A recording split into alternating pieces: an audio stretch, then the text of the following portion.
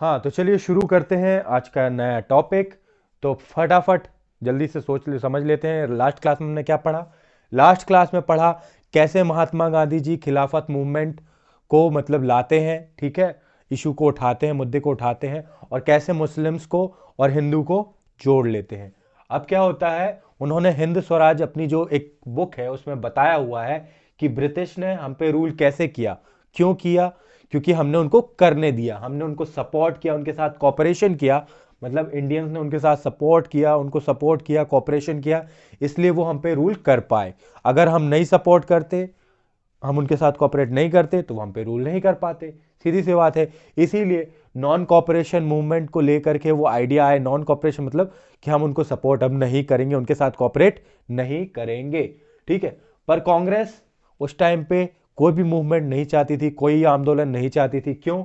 क्योंकि उनको लगता था कि अगर वो मूवमेंट में पार्टिसिपेट करेंगी तो मूवमेंट कहीं ना कहीं जाकर के वायलेंस ले ही आएगा, है ना। और उनको क्या चाहिए थे? इलेक्शन चाहिए थे। क्या चाहिए थे उनको? इलेक्शन चाहिए थे। उनको पार्टिसिपेट नहीं करना था कि उसमें मूवमेंट में, ठीक है। उनको क्या चाहिए थे? इलेक्शन चाहिए थे। पर दिसंबर 1920 को क्या हुआ, उन्होंने नॉन कॉपरेशन मूवमेंट को अडॉप्ट कर लिया नागपुर सेशन में, ठीक है। तो अपना नॉन कॉपरेशन मूवमेंट कब स्टार्ट हो गया? जनवरी 1921 में। कब स्टार्ट हो गया? जनवरी 1921 में, ठीक है। तो कैसे अलग अलग लोगों का अलग अलग नॉन कॉपरेशन मूवमेंट को लेकर के विचार था, कैसा उनका आइडियोलॉजी था, ये देखते हैं, ठीक है। जैसे हम इसमें चार लोगों के बारे में पढ़ेंगे। पहले पढ़ेंगे मिडिल क्लास के ऊपर, फिर पीजेंट्स के ऊपर, फिर ट्राइबल के, और फिर वर्कर्स के ऊपर पढ़ेंगे, ठीक है। तो पहले चालू करते हैं मिडिल क्लास के लिए। तो मिडिल क्लास जो लोग थे वो कहाँ रहते थे? सिटीज में रहते थे, ठीक है। तो सिटीज में लोग छोटे मोटे बिजनेस करते हैं, जॉब्स करते हैं, है ना। वो एजुकेटेड क्लास रहती है, जो सिटीज में रहती है ज्यादातर एजुकेटेड क्लास के रहते हैं, तो छोटे मोटे बिजनेस या जॉब्स करते हैं, ठीक है। तो students and teacher left control school colleges, government control colleges और जो स्कूल्स थे उनमें जाना बंद कर दिया। किसने? स्कूल स्कूल के स्टूडेंट्स ने और टीचर्स ने, ठीक है। फिर क्या हुआ? Lawyer give up their legal practices, lawyer ने भी अपनी प्रैक्टिसेस छोड़ दी। और जितनी भी जो भी उपाधियां थी, मतलब जो भी क्या थे, क्या बोलते हैं उनको, उपाधियों को, जो भी टाइटल मिलते थे, जैसे लॉयर का टाइटल है ना, पुलिस इंस्पेक्टर का टाइटल है, मिलिट्री कमांडर का या मिलिट्री के सोल्जर का टाइटल है। तो जितने भी मतलब ये जॉब्स थी, गवर्नमेंट जॉब्स थी, वो सब धीरे धीरे लोग क्या करने लगे? छोड़ने लगे, ठीक है। बॉयकॉट कर दिया उन्होंने जॉब्स को उनकी, ठीक है। फिर क्या हुआ? The council election were boycotted. तो हर जगह पर काउंसिल इलेक्शन को क्या कर दिया? बॉयकॉट कर दिया। एक्सेप्ट मद्रास। एक्सेप्ट मद्रास, मद्रास में कुछ ब्राह्मण्स थे, उन्होंने एक पार्टी बनाई हुई थी। वो सोच, उनका ऐसा मानना था कि अगर वो इलेक्शन में पार्टिसिपेट करेंगे और अगर उनकी पार्टी जीत जाती है तो वो क्या करेंगे? असेंबली में जा करके वो जो भी फॉरेन के, जो भी मतलब ब्रिटिशर्स का जो भी लॉ बनेगा उनको अब क्या कर सकते हैं? अपोज कर सकते हैं। ऐसा उनका मानना था। तो उन्होंने बस इलेक्शन में पार्टिसिपेट किया था, बाकी काउंसिल इलेक्शन को बॉयकॉट कर दिया गया था हर जगह से, ठीक है। फॉरेन गुड्स व बॉयकॉटेड, सबसे मेन बात क्या है? फॉरेन गुड्स को क्या कर दिया? बॉयकॉट कर दिया, ठीक है। लिकर शॉप्स व पिकेड अप, मतलब क्या हुआ? पिक्ड क्या मतलब क्या हुआ? मतलब हटा दी गई। लिकर शॉप्स को क्या कर दिया? बंद कर दिया गया, डिस्क्लोज कर दिया गया, हटा दिया गया, ठीक है। और 1921 से 22 में फॉरेन गुड्स को जो भी अपना इंपोर्ट हो रहा था वो क्या हो गया था? हाफ हो गया था। मतलब जो भी बाहर से फॉरेन गुड्स आ रहा था, ब्रिटेन से जो भी फॉरेन गुड्स आ रहा था, वो हाफ हो गया था 1921 से 22 में, ठीक है। अब अगर बात करते हैं ड्रॉबैक्स की, तो ये सब तो अपना मिडिल क्लास में हो गया कि इन लोगों ने ऐसे नॉन कॉपरेशन मूवमेंट में पार्टिसिपेट किया। अब अगर ड्रॉबैक्स की बात करें, तो अगर वो फॉरेन गुड्स नहीं पहनेंगे, मतलब फॉरेन क्लोथ नहीं पहनेंगे, तो उनके पास क्या ऑप्शन बचता है? उनके पास ऑप्शन बचता है खादी का, जो कि एक हाथ से बनाया हुआ कपड़ा होता है। जैसे आपने महात्मा गांधी जी को हमेशा चरखे के सामने देखा होगा, है ना। चरखा कुछ ऐसा रहता है, आपने देखा होगा महात्मा गांधी जी को चरखे के सामने, है ना, छोटा सा ऐसा बना रहता है व्हील, उसमें वो क्या करते हैं? कपड़े से बुनाई करते रहते हैं। तो खादी बहुत ज्यादा एक्सपेंसिव, क्योंकि वो हाथ से बनती है, तो क्या हो जाता है? बहुत ज्यादा एक्सपेंसिव हो जाती है। तो खादी वॉज एक्सपेंसिव। तो मिडिल क्लास लोग जो रहते हैं जॉब्स कर रहे होते हैं, अब जॉब्स तो छोड़ चुके होते हैं, तो उनके पास पैसे नहीं रहते हैं, तो वो चीज़ वो क्या नहीं कर पा रहे थे, अफोर्ड नहीं कर पा रहे थे।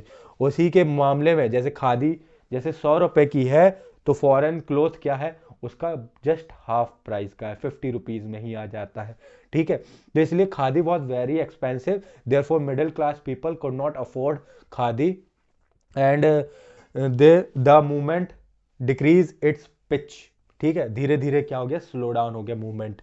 There was less alternative Indian institute, और क्या हुआ था, जैसे अभी मैंने बताया था आपको कि वहाँ के जो स्कूल कॉलेजेस थे, स्टूडेंट ने जाना बंद कर दिया था, टीचर्स ने पढ़ाना बंद कर दिया था, जो भी इंडियन टीचर्स थे, पर अपने इंडियन स्कूल्स तो थे ही नहीं, अपने इंडियन इंस्टीट्यूशंस तो थे ही नहीं, बहुत कम थे पर बहुत कम थे, पर अपनी पॉपुलेशन बहुत ज्यादा थी, ठीक है।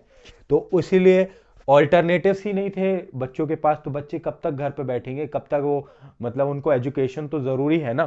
तो धीरे धीरे वो भी क्या करने लगे, वापस स्कूल जाने लगे, टीचर्स भी वापस स्कूल जाने लगे, और जितने लोगों ने जॉब छोड़ी थी वापस वो अपनी जॉब्स पे जाने लगे। क्यों? क्योंकि गाड़ी चलाने का, घुमाने फिराने का है ना, पैसा तो लगेगा ना बिड़ू, इसीलिए अच्छा अच्छा खाना खाने का सबका पैसा लगता है, तो वो धीरे धीरे क्या करने लगे, वापस अपनी जॉब्स पे जाने लगे। अब बात करते हैं, जैसे मिडिल क्लास की इतनी ही बात थी, अब बात करते हैं पीजेंट्स की। पीजेंट्स की मतलब हमारे किसान भाइयों की बात करते हैं। तो सबसे पहले उनकी प्रॉब्लम समझते हैं, प्रॉब्लम्स क्या थी किसानों की, ठीक है। उनका नॉन कॉपरेशन मूवमेंट से कुछ और ही क्या था, सोचना था, कुछ और ही उनका क्या था, एक्सपेक्टेशन था नॉन कॉपरेशन मूवमेंट से।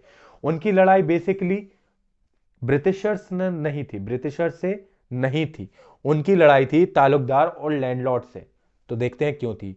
Talukdar and landlords demanded high rent.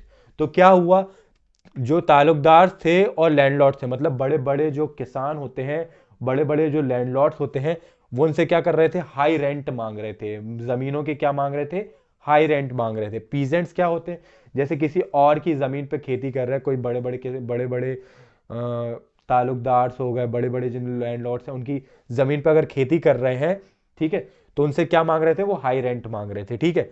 Bagger, bagger क्या होता है, बैगर एक जॉब होती है, मतलब लोग काम करते हैं पर उनको पे नहीं किया जाता उस काम के लिए, तो वो बैगर बहुत ज्यादा कराया जा रहा था ये पीजेंट से, जो पुअर पीजेंट है, इनसे बैगर कराया जा रहा था, मतलब ऐसे काम जो विदाउट पेमेंट हो, मतलब पैसे नहीं दिए जाते थे, काम पूरा करा लेते थे, ठीक है। अब ऐसे ही, अब आप आ रहे हैं, पूरा दिन हमने आपसे काम कराया, आप थक गए, पूरा दिन परेशान हुए, सब कुछ हुआ, है ना, पूरा मेहनत का काम भी करा लिया, डिब्बे डिब्बे रखवा लिए, उठवा उठवा कर, और आखिरी में पैसे नहीं दिए, तो कैसा लगेगा आपको। वही हालत थी उनकी भी, ठीक है। तो बैगर उनसे बहुत ज्यादा कराया जाता था। तो उनकी डिमांड्स क्या थी नॉन कॉपरेशन मूवमेंट से, ये देख लेते हैं। सबसे पहले रिडक्शन ऑफ रेवेन्यू। तो जो तालुकदार जो उनसे हाई रेंट ले रहे थे ना, उसका वो क्या चाह रहे थे, रिडक्शन चाह रहे थे, reduction of revenue. Abolition of begar, और बैगर को क्या करना चाह रहे थे, बंद कराना चाह रहे थे। बैगर मतलब ये जो फ्री में काम करवाने वाली सेवा है, ये हम नहीं कर पाएंगे, ठीक है, तो उसको अबोलिशन करने चाह रहे थे। फिर रीडिस्ट्रीब्यूशन ऑफ लैंड, तो लैंड का रीडिस्ट्रीब्यूशन चाह रहे थे। रीडिस्ट्रीब्यूशन मतलब होता है कि जो बड़े बड़े लैंड लॉट्स हैं उनसे जमीन ले ली जाए, और इक्वल पार्ट्स में सबको, जो वहां की पॉपुलेशन है उसको बांट दी जाए, उसी को बोलते हैं रीडिस्ट्रीब्यूशन ऑफ लैंड, ठीक है। Social boycott of oppressive landlords, ठीक है। अब बात करते हैं उन्होंने पार्ट कैसे लिया, टेकन पार्ट मूवमेंट में, प्रोटेस्ट कैसे किया। तो सबसे पहले क्या कर दिया उन्होंने, बैगर देना बंद कर दिया, मतलब no service to landlords.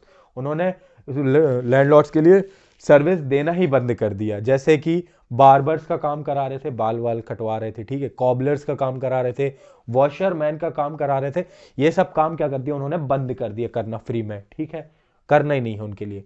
Talukdar were attacked, फिर क्या करने लगे, तालुकदार की घरों पे अटैक करने लगे, बाजारों को लूट लिया गया, बाजार वर लूटेड। अब यही तो था, ये सब क्यों हो रहा था, क्योंकि नॉन कॉपरेशन मूवमेंट क्या है उनको पता नहीं था, ये सब कम्युनिकेशन गैप की वजह से हुआ।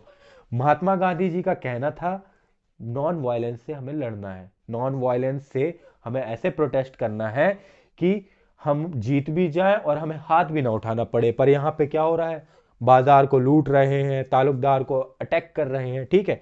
तो ये कहीं ना कहीं जाकर के क्या हो गया, कम्युनिकेशन गैप आया। फिर इसी टाइम पे क्या हुआ, एक ओध किसान सभा बनी। क्या बनी? ओध किसान सभा बनी। और जो पीजेंट्स के लीडर थे वो थे बाबा रामचंद्र। ठीक है, बाबा रामचंद्र जवाहरलाल नेहरू के साथ मिलकर के एक ओध किसान सभा बना लेते हैं। तो आज के लिए इतना ही, आगे हम कंटिन्यू करेंगे। पीजेंट्स का टॉपिक यहाँ खत्म होता है, अब हम मूव करेंगे ट्राइबल्स की तरफ। ट्राइबल्स मतलब आदिवासी, उन्होंने नॉन कॉपरेशन मूवमेंट को कैसे ले लिया, मतलब क्या समझ लिया, ठीक है, वो सब देखेंगे नेक्स्ट एपिसोड में। तो बने रहिएगा। अगर आपको वीडियो पसंद आई है तो लाइक करिए, शेयर करिए एंड सब्सक्राइब करिए। Thank you.